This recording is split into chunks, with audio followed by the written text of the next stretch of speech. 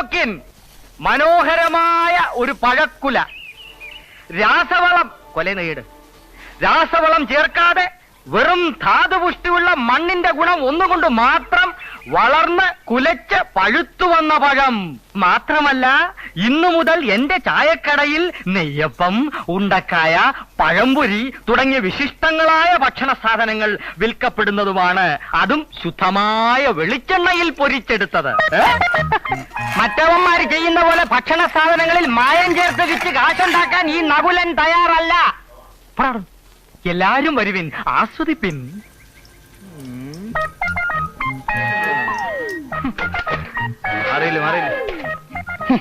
ഒരു ദിവസം നിന്നെ കൊണ്ട് ഞാൻ നന്നായിട്ട് ആസ്വദിപ്പിക്കാവടാ. പോട്ടെ സാധേ കേട്ടാ, വീട്ടുകളാ.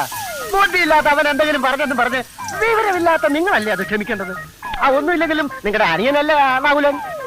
അവൻ എന്റെ ആരുമല്ല. എഴുത്തുമാൻ അറിഞ്ഞുകൂടാത്ത എന്റെ അമ്മയെ കൊണ്ട് ഒപ്പിടുവിച്ച് എനിക്കും കൂടെ അവകാശപ്പെട്ട 60 സെന്റ് സ്ഥലം തട്ടിയെടുത്ത കള്ളനാവൻ.